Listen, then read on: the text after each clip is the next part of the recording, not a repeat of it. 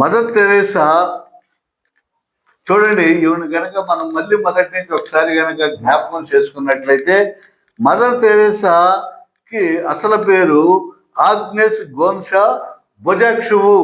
మదర్కి తల్లిదండ్రులు పెట్టిన పేరు ఏమిటంటే ఆగ్నెస్ గోన్సా బొజాక్షువు. ముద్దుగా ఆగ్నెస్ అని పిలిచేవాడు. తర్వాత మఠకన్యకగా మారి తెరేసాగా మారింది. తెరేసాగా పేరు మార్చుకుందన్నమాట. సిస్టర్గా అయ్యేటప్పుడు పేరు మార్చుకుంది. ఆ సంస్థలో అంచెలంచెలుగా కొన్ని పదవులు ఉంటాయి అన్నమాట. కొన్ని పదవులు ఉంటాయి. ఆ పదవులు ఏంటి అంటే సుపీరియర్ సిస్టర్, మరి జనరల్ సిస్టర్, మదర్ సిస్టర్ అని చెప్పేసి మదర్ జనరల్ అని కూడా పదవులు ఉంటాయి. అందులో భాగంగానే పెద్దమ్మ గారిని మదర్ అంటారు. కాబట్టి అది మదర్ అమ్మగారు పేరును సార్థకం చేసుకుంది. మదర్ తెరేసాగా ఆవిడని పిలవడం మొదలుపెట్టారు. మదర్ అమ్మగారు కాబట్టి మదర్ తెరేసాగా పేరు మార్చుకుంది కదా, ఈ మదర్ అయిపోయింది. పదవుల ప్రకారం అంచెలుగా మదర్ పదవి వచ్చింది. మదర్ తెరేసా అనే నామకరణం వచ్చింది. నిరాడంబర వ్యక్తి, నిర్మల మనస్సు, విధేయత కలిగి నిష్కళంకంగా పనిచేయడం ఆమె లక్ష్యం. ఆమె ఇంటి వాకిలి పేదలకు, అనాథలకు, అభాగ్యులకు ఎప్పుడు తెరిచే ఉంటుంది. ఆవిడ యొక్క గుమ్మం, ఇంటి వాకిలి అంటే ఆవిడ యొక్క గుమ్మం. పేదల కోసం ఎప్పుడు డోర్స్ ఓపెన్ తెరిసే ఉంటుంది. ఎప్పుడు ఎవరు వచ్చి నాకు సహాయం కావాలమ్మా అని అడిగినా ఆప్యాయతగా అక్కడిని తెచ్చుకుని రిజిస్టర్లో పేరు రాసుకుని దానికి సంబంధించినటువంటి సేవా సంస్థల్లో ఈవిడ జాయిన్ చేస్తూ ఉండేది. పేదరికం, పరిశుద్ధత, విధేయత, దాతృత్వం అనే 4 గుణాలు ఆమెలో జీర్ణించుకుపోయాయి. ఏమిటంటే పేదరికం, పేదలంటే మహాప్రేమ. తర్వాత పరిశుద్ధత, నీతిగా నిజాయితీగా జీవించటం, విధేయత కలిగి ఉండటం, దాతృత్వం, ఇతరులకు చూసి జాలిపడి వాళ్ళకి సహాయం చేయాలనేటువంటి తలంపు కలగటం. ఈ 4 గుణాలు ఆమెలో పెనవేసుకుపోయి జీర్ణించుకుపోయి క్రీస్తు ప్రభు మరి తన యొక్క ప్రేమ ఎచ్చట ఉండును అచ్చట దైవ ఉండును. ప్రేమ ఎక్కడుంటే దేవుడు ఎక్కడే ఉంటాడు. కాబట్టి అలాంటి ప్రేమ ఉంది కాబట్టి క్రీస్తు ప్రభు కూడా ఈమె చుట్టూ ఈయన దగ్గరే ఉండేవాడు. ఆమె గది కూడా నిరాడంబరంగా ఉంటుంది. పెద్ద పెద్ద సోఫాలు, కుర్చీలు, ఏసీ రూములు ఇవేమి ఉండేవి కదా.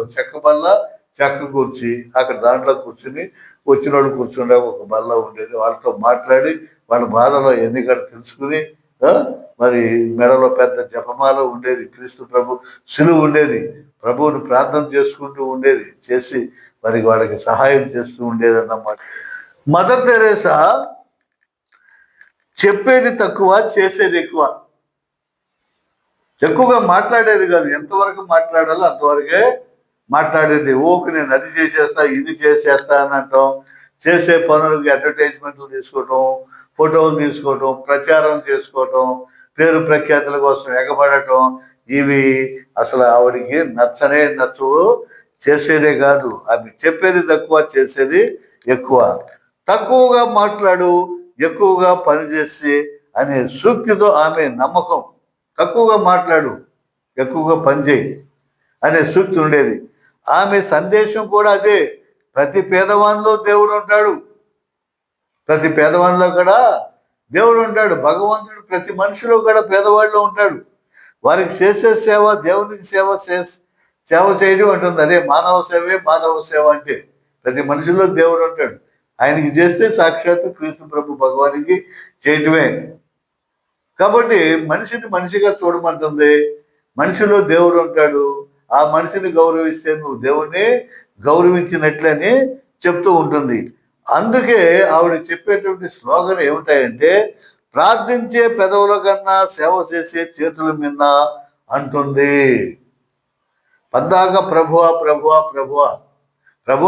అనే ప్రతివాడు పరలోక రాజ్యంలో చేరడు, కానీ ప్రభు చిత్తానుసారంగా చేసేవాడే ఆయన రాజ్యంలో చేరతాడని బైబిల్ వాక్యం కూడా చెప్తుంది. అదేవిధంగా ప్రార్థించే పెదవులు పద్దాక ప్రభు వచ్చి మనకు అక్కడ మరి ఇచ్చి వెళ్ళిపోడు డబ్బులు. మనం కష్టపడాలి, పని చేయాలి, అంతవరకే. అది మానవుని యొక్క శాపం, ఆదాముకి ఇచ్చినటువంటి శాపం. ఆ శాపం నువ్వు కష్టపడి చెమటొచ్చి నేల మీద నీ చెమట పడితేనే భూమి నీకు పంట ఇస్తుందని దేవుడు ఇచ్చినటువంటి శాపం. నువ్వు కష్టపడు, పని చేయి, దేవుని సహాయం అడుగు, నీకు చేస్తాడు అని చెప్పేటువంటి సిద్ధాంతం అన్నమాట. కాబట్టి ఆమె ప్రతి మనిషిలోనూ దైవాన్ని చూడగలుగుతుంది. ఆ విధంగా ఉండబట్టి ప్రతి మనిషిలో కూడా దైవాన్ని చూడగలుగుతుంది. ఆమెకు ఎల్లలు లేవు, కుల మత భేదాలు లేవు. వీరు ఈ కులం, వీళ్ళు ఈ కులం, ఈ కులం వాళ్ళకే సేవ చేయాలి, ఈ కులం వాళ్ళకి చేయకూడదు అనుకోండి. ప్రతి కులంలోనూ పేదవాళ్ళు ఉంటారు. కుల మత భేదాలు లేవు పేదరికానికి. కుల మత భేదాలు లేవు పేదరికానికి కులాలు ఉన్నాయండి. అన్ని కులాల్లో మరి పేదవాళ్ళు ఉన్నారు. కాబట్టి ప్రతి ఒక్కరు ఏ కులమైనా సరే కులం మతం అడగదు, వచ్చి జాయిన్ అయిపోమంటది, జాయిన్ చేసుకుంటుంది అన్నమాట. ఆవిడ ఒక మాట చెప్పాలంటే మరి విశ్వమానవ కుటుంబం, విశ్వ కుటుంబం, ప్రపంచమే తన కుటుంబం. అందుకని విశ్వమాత అన్నారు ఆవిడని, విశ్వమాత అన్నారు. ఆమె మరియు ఆమె అనుచరులంతా కూడా ఈ విశ్వ మానవ కుటుంబం లాగా ఉండి పేదరికాన్ని ప్రేమించి ప్రతి పేదవాడిని తన బిడ్డల్లాగా, సొంత ప్రభువులాగా, క్రీస్తు ప్రభు అన్యాయులాగా మరి చేర్చుకుని మదర్ తెరేసాకి ఒక కార్యక్రమం, ఒక టైం టేబుల్ ఉండేది. వీళ్ళ సేవా సంస్థలు సేవకులకి చేసేవాళ్ళందరి కాడ ఆమె యొక్క టైం టేబుల్ ఎలా కార్యక్రమాలు చేపట్టేదా అంటే మరి ఆమె దినచర్య ఏ విధంగా ఉంటుంది, ఏ రకంగా ఉంటుందంటే ఆమె ప్రతి దినము తెల్లవారుజామున 4:30 నిద్ర లేచేది. 4:30కే లేచిపోయేది ప్రతిరోజు కూడా తెల్లవారుజామున. కొద్దిసేపు ఒంటరిగా ప్రార్థన చేసుకునేది. లెక్కనే క్రీస్తు ప్రభుకి మోకాళ్ళ మీద ఉండి ప్రార్థన చేసుకునేది. ప్రభా, ఈ రాత్రి అంతా క్షేమంగా కాపాడేవా, నీకు వందనాలు. సజీవ లెక్కలో మమ్మల్ని ఉంచావు, నీకు వందనాలు. మరి ఈ దినమంతా కూడా మమ్మల్ని కాచి కాపాడు, నా కార్యక్రమాలన్నింటిలో నువ్వు చేదోడు వాదోడుగా ఉండమని ప్రార్థన చేసుకునేది. ఉదయం 6:45 సామూహిక ప్రార్థనకు వెళ్తుంది. మళ్ళీ 6:45 కల్లా అందరూ కలిసి, సేవకులందరూ కలిసి ప్రార్థనకి వెళతారు. సపరేట్గా లోపల చిన్న ప్రార్థనాలయం ఉంటుంది. ఆ ప్రార్థన ఆలయంలోకి వెళ్ళి అందరూ కలిసి మరి ప్రార్థన చేసుకుంటారు. ప్రార్థన అనంతరము అందరూ కొద్దిగా అల్పాహారం తీసుకుంటారు, టిఫిన్ చేస్తారు, బ్రేక్ఫాస్ట్. రాత్రంతా కూడా మరి ఏమి తినకోకుండా మరి నిద్రలో ఉంటారు కాబట్టి మరి దాన్ని బ్రేక్ చేయటం, ఫాస్టింగ్ అంటే ఉపవాసాన్ని, ఖాళీ కడుపుని దాన్ని బ్రేక్ చేయటం అంటే ఏదో ఒకటి కొద్దిగా తినటం. దాన్ని ఇంగ్లీష్లో బ్రేక్ఫాస్ట్ అంటాం, మనం టిఫిన్ అంటాం. తీసుకొని ఎవరికి కేటాయించిన పనులు వారు చేసుకుంటూ ఉంటారు. వాళ్ళకి టైం టేబుల్ ఉంటుంది. వీళ్ళు రూమ్లో ఓడవాలి, వీళ్ళు గ్రౌండ్లో ఓడవాలి, వీళ్ళు దేవాలయం శుభ్రం చేయాలి, వీళ్ళు బట్టలు ఉతకాలి, వీళ్ళు అని ఒక టైం టేబుల్ డైలీ వేసుకుంటూ ఉంటారు. ఆ టైం టేబుల్ ప్రకారం ఎవరు కేటాయించిన పనులు వాళ్ళు చేసుకుంటూ ఉంటారు. ఉదయం 7:50 తిరిగి అందరూ కలిసి మళ్ళీ ప్రార్థన చేస్తారు. పని అంతా అయిపోయిన తర్వాత మళ్ళీ ప్రార్థన చేసుకుంటూ చేస్తారు. తర్వాత ఎవరికి నిర్దేశించిన పనికి వారు వెళ్తారు, డ్యూటీలకు వెళ్ళిపోతారు. కొంతమంది హాస్పిటల్ డ్యూటీ ఉంటుంది, కొంతమంది కిచెన్ డ్యూటీ ఉంటుంది, కొంతమంది విద్యాలయాల్లో పాఠాలు చెప్పే డ్యూటీ ఉంటుంది. ఆ సంస్థల్లో ఎవరికి ఏ డ్యూటీ ఉంటుందో ఆ డ్యూటీలకి వెళ్తారు. మధ్యాహ్నం 12 గంటల వరకు అంతా సేవా కార్యక్రమాల్లో నిమగ్నమై ఉంటారు. 12 గంటల వరకు కష్టపడి వాళ్ళ సేవ చేస్తూ ఉంటారు. మదర్ కూడా ఆ కార్యక్రమాల్లో పాల్గొంటుంది. మదర్ తెరేసా కూడా ఆ సేవా కార్యక్రమాల్లో పాల్గొని పర్యవేక్షించి మరి ఎవరు ఏ పని చేస్తున్నారు, ఏంటి డ్యూటీ చేస్తున్నారా లేదా, కొత్తగా వచ్చిన వాళ్ళు ఎవరు, పాత వాళ్ళు ఎవరు, బాగుపడ్డ వాళ్ళు ఎవరు, ఇంకా బాగుపడనటువంటి వారు ఎవరు, ఇవన్నీ కూడా చూసుకుంటూ ఉంటుంది. మధ్యాహ్న భోజనం అది కూడా మామూలు ఆకుకూర. తర్వాత అందరూ కలిసి మధ్యాహ్నం భోజనం చేస్తారు. ఆ భోజనంలో ఏమిటాయంటే మామూలు ఆకుకూర, రొట్టె.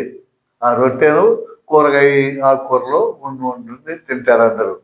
భోజనం తర్వాత కూడా సాయంకాలం వరకు తిరిగి సేవా కార్యక్రమాలు చేస్తారు. భోజనం అయిపోయినాక మళ్ళీ ఎవరి డ్యూటీకి వారు వెళ్ళిపోయి సాయంకాలం వరకు కూడా వాళ్ళ కార్యక్రమాలు నిర్వహిస్తూ ఉంటారు. సాయంత్రం 6:30 మత సంబంధమైన చర్చలు సాగిస్తారు. సాయంత్రం 6:30 అయిపోయినాక శుభ్రంగా స్నానాలు అవన్నీ కూడా చేసి ఫ్రెష్ అయిపోయి కూర్చొని ఇక బైబుల్ తీసుకుని ఆ బైబిల్ వాక్యాలు, మత సంబంధమైనటువంటి చర్చలు, ఇది ఇలా ఉంది, అది అలా ఉంది, ఇవన్నీ కూడా వాడు చర్చించుకుంటూ ఉంటారు. తర్వాత రాత్రి భోజనం, తర్వాత తిరిగి ప్రార్థనలు చేస్తారు. ఇక పడుకునే ముందు ప్రార్థన చేసుకుని అందరి కాడ పడుకుంటారు. మదర్ మాత్రం రాత్రి పొద్దుపోయే వరకు తన పనుల్లో లీనమయ్యేది. ఎవరి డ్యూటీలలో అయిపోయాక పడుకుంటే, మదర్ తెరేసా అందరూ పడుకున్నా కాడ ఈవిడ పడుకునేది కాదు. ఆవిడ యొక్క పనుల్లో లీనమయ్యేది. అన్ని సంస్థలను, అన్ని సేవా కార్యక్రమాలను నిర్వహించడం ఏమంత చిన్న పని కాదు. మరి అన్ని సంస్థల్ని మరి ఒక్క చేతి మీద నిర్వర్తించుకుంటూ రావాలంటే సామాన్యమైనటువంటి పని కాదు. మరి అవన్నీ ఇక్కడ చూసేది. ఆమె నిరుపేదల పాలిటి కల్పవల్లి, కన్న తల్లి మదర్. అందుకే మదర్ అనే పేరు సార్థకం అయింది, ఆమెకు సార్థకం అయింది. కాబట్టి నిరుపేదల పాలిటి ఆవిడ కల్పవల్లి, కన్న తల్లి. కన్న తల్లిలాగా చూసేది. మన తల్లిదండ్రులైనా బిడ్డలు ఇసుకుని కోపడి చేస్తారేమో కానీ ఆవిడకి ఎంత మాత్రము కోపం ఉండేది కాదు. ఆ సేవకులు కూడా అట్టాగే తయారు చేసింది. ప్రేమగా చూడమనేది, కోపపడద్దు అనేది, ఓర్పు సహన గుణం కావాలనేది, వీటన్నిటిని తనకి ఇమ్మని క్రీస్తు ప్రభువుని పదే పదే ఎప్పుడు ప్రార్థన చేసుకుంటూ